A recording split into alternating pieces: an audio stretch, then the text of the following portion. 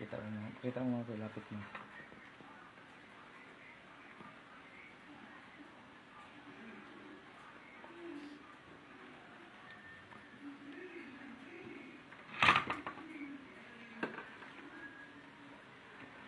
Lapit mo.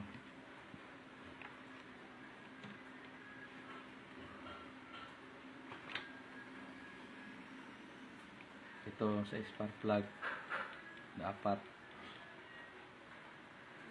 ngayon mayroon silang continuity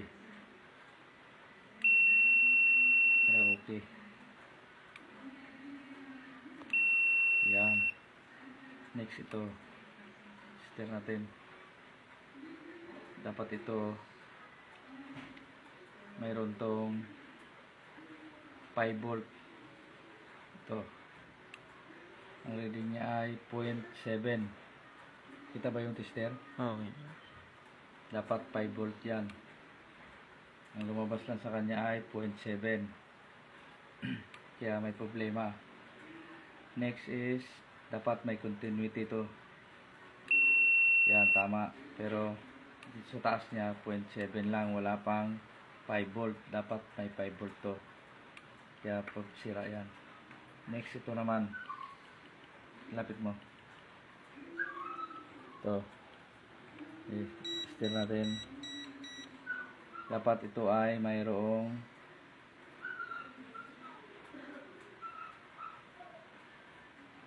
dapat ay mayroong 8 volt. Ito. Tester natin. Wala ding 8 volt. 1 volt lang. Kaya may problema na yan. Next, ito namang isa. Dapat mayroon siyang 5 volt.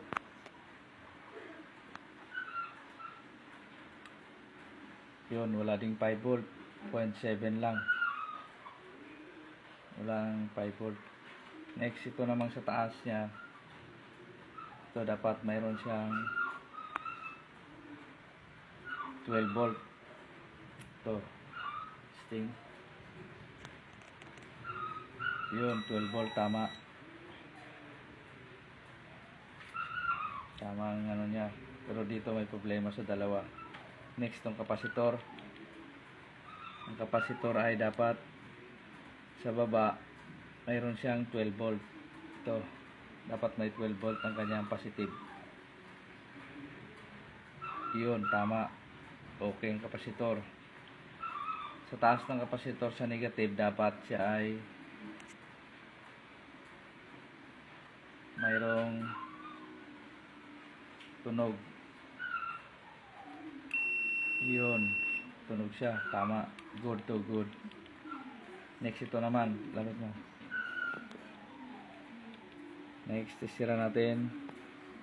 Dapat ito ay mayroong 12 volt.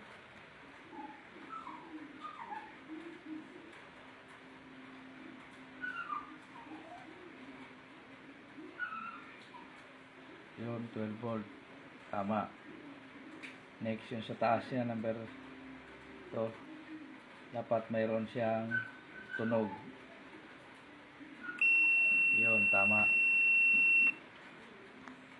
Kaya ang problema nito, ang problema nito ay ito. Tsaka ito. Papalitan natin yan. Okay.